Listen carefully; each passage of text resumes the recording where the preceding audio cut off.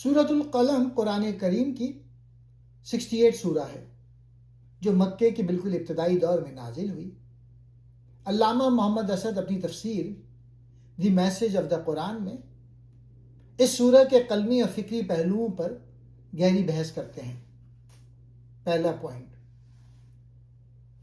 قلم اور عقل کی اہمیت۔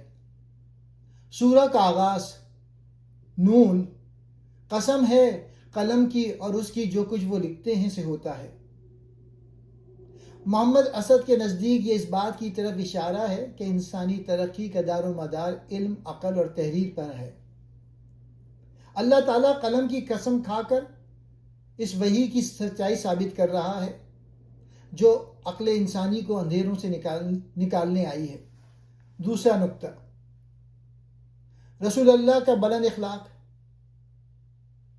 مکے کے کافر نبی کریم کو معاذ اللہ دیوانہ کہتے تھے۔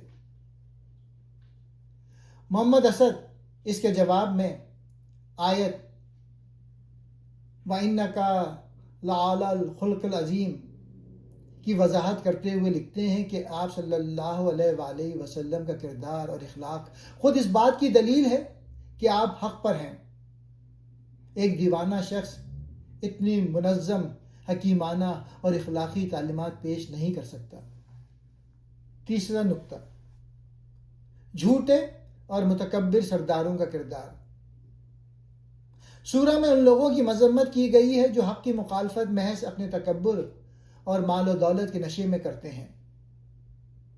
محمد اسد کے مطابق یہاں ان 9 برائیوں کا ذکر ہے، جیسے چغل خوری، بخیلی اور بد زبانی، جو کسی بھی معاشرے کو زوال کی طرف لے جاتی ہیں۔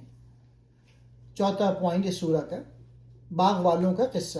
یہ ایک تمثیل ہے۔ محمد اسد اس تمثیل یعنی پیرابل پر خاص توجہ دیتے ہیں، جہاں کچھ باغ والوں نے غریبوں کا حق مارنے کی کوشش کی اور ان کا باغ تباہ ہو گیا۔ اسد کے نزدیک یہ قصہ صرف مال و دولت کا نہیں بلکہ انسانی خود پسندی کا انجام ہے۔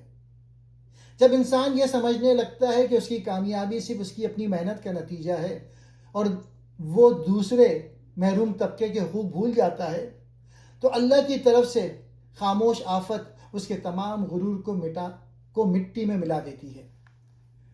پھر اللہ تعالیٰ فرماتے ہیں کہ کیا نیک اور بد لوگ برابر ہو سکتے ہیں؟ ہرگز نہیں۔